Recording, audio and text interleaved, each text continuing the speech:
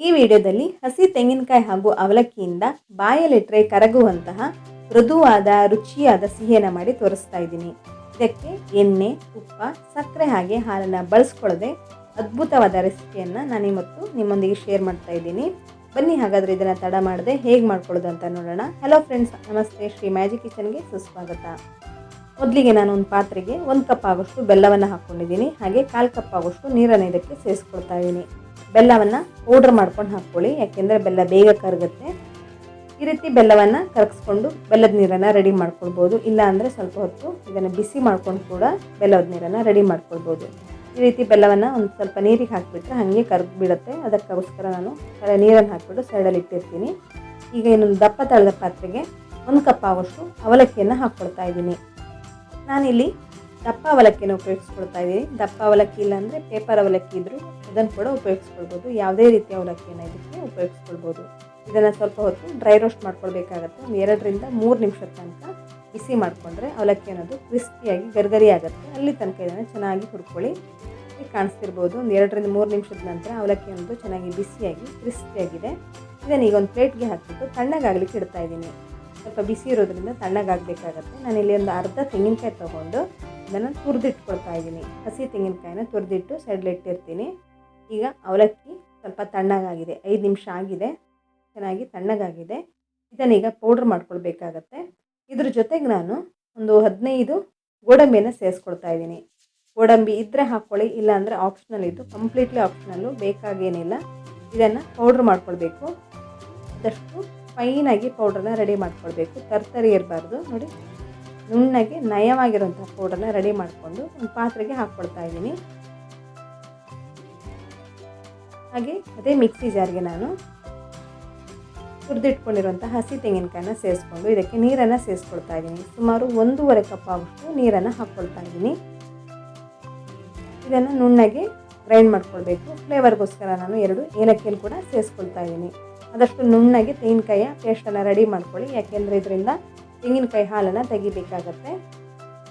ನೋಡಿ, ಒಂದು ಪಾತ್ರೆಗೆ ನಾನು ತೆಳುವಾದ ಕಾಟನ್ ಬಟ್ಟೆಯನ್ನು ಹಾಕ್ಕೊಂಡು ತೆಂಗಿನಕಾಯಿ ಹಾಲನ್ನು ತೆಗಿತಾ ಇದ್ದೀನಿ. ಮಿಕ್ಸಿ ಜಾರನ್ನು ತೊಳೆದಂತಹ ನೀರನ್ನು ಕೂಡ ಸೇರಿಸ್ಕೊಳ್ಳಿ. ಸುಮಾರು 2 ಕಪ್ ಆಗೋಷ್ಟು ತೆಂಗಿನಕಾಯಿ ಹಾಲನ್ನು ನಾನು ಈ ರೆಸಿಪಿಯಲ್ಲಿ ಉಪಯೋಗಿಸ್ಕೊಳ್ತಾ ಇದ್ದೀನಿ. ತೆಂಗಿನಕಾಯಿ ಬದಲಿಗೆ ಹಾಲನ್ನು ಕೂಡ ಉಪಯೋಗಿಸ್ಕೊಳ್ಬೋದು. ನಾನು ತೆಂಗಿನಕಾಯಿ ಹಾಲನ್ನು ಹಾಕ್ಕೊಳ್ತಾ ಇದ್ದೀನಿ. ಪೌಡ್ರ್ ಮಾಡ್ಕೊಂಡಿರುವಂತಹ ಅವಲಕ್ಕಿ ಹಾಗೆ ಗೋಡಂಬಿಯ ಪೌಡ್ರಿಗೆ ಈ ತೆಂಗಿನಕಾಯಿ ಹಾಲನ್ನು ಹಾಕಿಬಿಟ್ಟು ಚೆನ್ನಾಗಿ ಮಿಕ್ಸ್ ಮಾಡ್ಕೊಳ್ತಾ ಇದ್ದೀನಿ.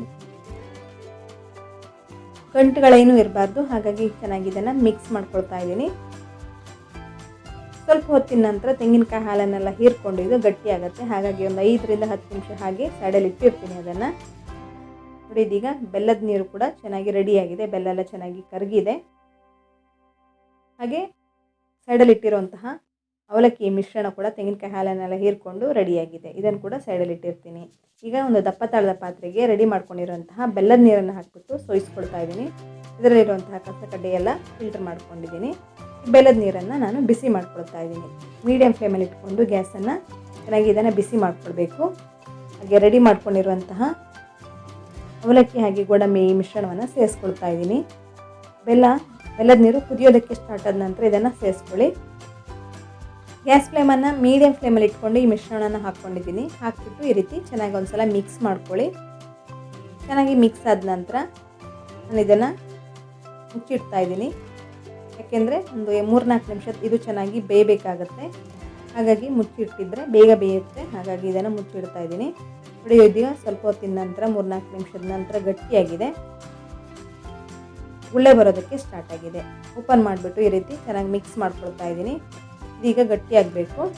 ಹಾಗಾಗಿ ಈ ರೀತಿ ಬಿಡದೆ ಮಿಕ್ಸ್ ಮಾಡ್ಕೊಳ್ತಾ ಬರ್ತಾ ಇದ್ದೀನಿ. ನಾನು ತುಪ್ಪ ಅಥವಾ ಎಣ್ಣೆ ಏನನ್ನು ಬಳಸ್ತಾ ಇಲ್ಲ. ತೆಂಗಿನಕಾಯಿ ಹಾಲು ಹಾಕಿರೋದ್ರಿಂದ ಅದರಲ್ಲಿರುವಂತಹ ಜಿಡ್ಡಿನಂಶ ಇರೋದ್ರಿಂದ ಅದೇ ಸಾಕಾಗತ್ತೆ. ನೋಡಿ, ಇದೀಗ ಸ್ವಲ್ಪ ಹೊತ್ತಿನ ನಂತರ ಇದರಲ್ಲಿರುವಂಥ ಜಿಡ್ಡಿನಂಶ ಕೂಡ ಬಿಡೋದಕ್ಕೆ ಸ್ಟಾರ್ಟ್ ಆಗುತ್ತೆ. ಪಾತ್ರದ ತಳವನ್ನು ಬಿಡೋದಕ್ಕೆ ಸ್ಟಾರ್ಟ್ ಆಗಿದೆ. ಈ ಹಂತದಲ್ಲಿ ನಾನು ಯಾವುದೇ ಡ್ರೈ ಫ್ರೂಟ್ಸನ್ನು ಕೂಡ ಹಾಕ್ಕೊಳ್ತಾ ಇಲ್ಲ. ನೀವು ಇದ್ದರೆ ಹಾಕ್ಕೊಳ್ಬೋದು, ಸ್ವಲ್ಪ ಫ್ರೈ ಮಾಡ್ಕೊಂಡು ಕೂಡ ಹಾಕ್ಕೊಳ್ಬೋದು, ಅದು ಕೂಡ ತುಂಬ ಚೆನ್ನಾಗಿರುತ್ತೆ.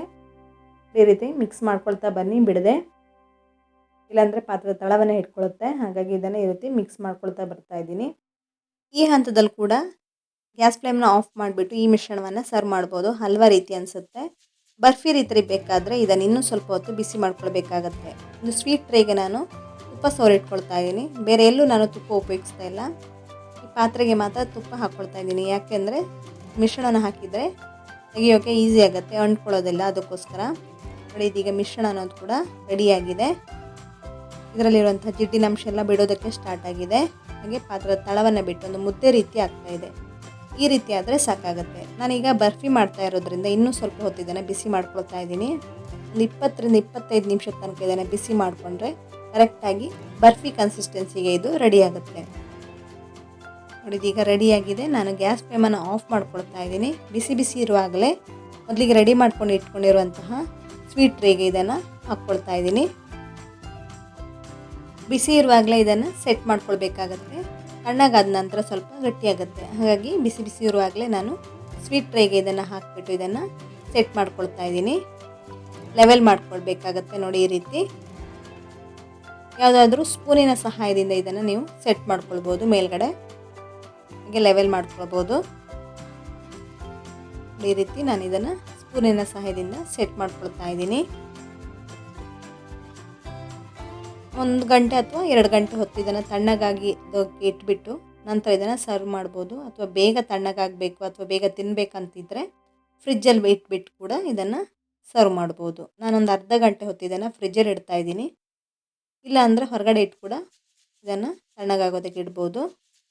ಮೇಲ್ಗಡೆ ಬೇಕಾದರೆ ಒಂದು ಬಟ್ಟೆಯನ್ನು ಮುಚ್ಚಿಬಿಟ್ಟು ಇದನ್ನು ತಣ್ಣಗಾಗೋದಕ್ಕೆ ಇಡ್ಬೋದು. ಇಲ್ಲಾಂದರೆ ಫ್ರಿಜ್ಜಲ್ಲಿ ಕೂಡ ಇಟ್ಬಿಟ್ಟು ಇದನ್ನು ತಣ್ಣಗಾಗೋದಕ್ಕೆ ಇಡ್ಬೋದು.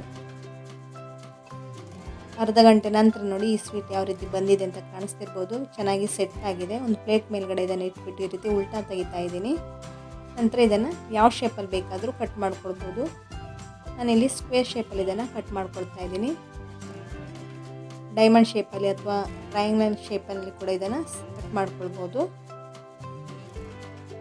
ಮೇಲ್ಗಡೆ ಡ್ರೈ ಫ್ರೂಟ್ಸನ್ನು ಇಟ್ಬಿಟ್ಟು ಕೂಡ ಇದನ್ನು ಸರ್ವ್ ಮಾಡ್ಬೋದು. ನಾನು ಹಾಗೆ ಇದನ್ನು ಸರ್ವ್ ಮಾಡ್ತಾ ಇದ್ದೀನಿ. ತುಂಬ ರುಚಿಯಾಗಿರುತ್ತೆ. ಬಾಯಲ್ಲಿ ಇಡ್ತಾ ಇದ್ದ ಹಾಗೆ ಇದು ಕರ್ಗಿ ಹೋಗಿಬಿಡುತ್ತೆ. ಒಂದ್ಸಲ ಈ ರೀತಿ ಒಂದು ಸಿಹಿಯನ್ನು ಮಾಡಿ ನೋಡಿ, ಎಲ್ರಿಗೂ ಇಷ್ಟ ಆಗುತ್ತೆ. ದೊಡ್ಡವರು ಚಿಕ್ಕವರು ಯಾರು ಬೇಕಾದರೂ ಇದನ್ನು ತಿನ್ಬೋದು. ನೋಡಿ, ನಾನಿಲ್ಲಿ ಎಣ್ಣೆ, ತುಪ್ಪ, ಹಾಲು, ಸಕ್ಕರೆ ಏನನ್ನೂ ಬಳಸಿಲ್ಲ. ತುಂಬ ಚೆನ್ನಾಗಿರುತ್ತೆ. ಕೇವಲ 3 ಸಾಮಗ್ರಿ ಇದ್ದು ಕೂಡ ಇದನ್ನು ರೆಡಿ ಮಾಡ್ಕೊಳ್ಬೋದು. ತೆಂಗಿನಕಾಯಿ ಹಾಲು, ಅವಲಕ್ಕಿ ಹಾಗೆ ಬೆಲ್ಲ ಇದ್ದರೆ ಈ ಸಿಹಿಯನ್ನು ಸಿಂಪಲಾಗಿ ರೆಡಿ ಮಾಡ್ಕೊಳ್ಬೋದು. ಒಂದ್ಸಲ ಇದನ್ನು ಟ್ರೈ ಮಾಡಿ ನೋಡಿ, ಹೇಗೆ ಬಂತು ಅಂತ ನನಗೆ ಕಮೆಂಟ್ ಮಾಡಿ ಹೇಳಿ. ಇದನ್ನು ಚೆನ್ನಾಗಿ ಬಿಸಿ ಮಾಡಿರೋದ್ರಿಂದ ನೀವು 8-9 ದಿವಸದ ತನಕ ಇದನ್ನು ಇಟ್ಟು ಸರ್ವ್ ಮಾಡ್ಬೋದು. ಇಟ್ಟು ಇದನ್ನು ತಿನ್ಬೋದು. ತುಂಬ ಚೆನ್ನಾಗಿರುತ್ತೆ. ಒಂದ್ಸಲ ಇದನ್ನು ಟ್ರೈ ಮಾಡಿ ಹೇಗೆ ಬಂತು ಅಂತ ನನಗೆ ಕಮೆಂಟ್ ಮಾಡಿ ಹೇಳಿ. ಫ್ರೆಂಡ್ಸ್, ನೀವಿನ್ನು ಶ್ರೀ ಮ್ಯಾಜಿಕ್ ಕಿಚನನ್ನು ಸಬ್ಸ್ಕ್ರೈಬ್ ಆಗಿಲ್ಲ ಅಂದರೆ ಸಬ್ಸ್ಕ್ರೈಬ್ ಮಾಡ್ಕೊಳ್ಳಿ. ಹಾಗೆ ಪಕ್ಕದಲ್ಲಿರುವಂಥ ಬೆಲ್ ಐಕನ್ನ ಪ್ರೆಸ್ ಮಾಡಿ, ಲೈಕ್ ಮಾಡಿ, ಶೇರ್ ಮಾಡಿ, ಕಮೆಂಟ್ ಮಾಡೋದಕ್ಕೂ ಮರಿಬೇಡಿ. ಧನ್ಯವಾದಗಳು.